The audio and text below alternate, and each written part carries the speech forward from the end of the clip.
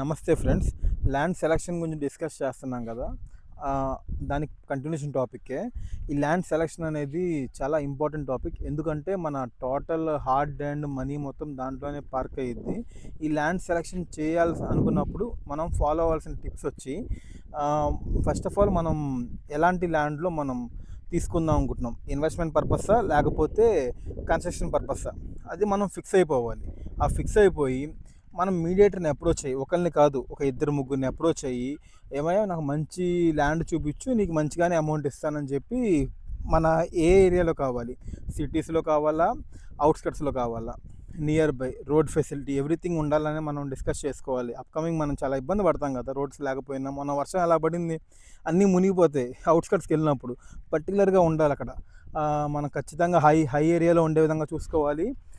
ఈ థింగ్స్ మనం అప్కమింగ్ వీడియోస్లో మీకు ప్రతిదీ డిస్కస్ చేస్తాను. నన్ను ఫాలో అయిపోండి. ఖచ్చితంగా మీకు ఒక మంచి అమౌంటే నన్ను ఫాలో అవ్వడం మూలంగా యూజ్ అయ్యిద్ది, హెల్ప్ అయ్యిద్ది. ఉంటా.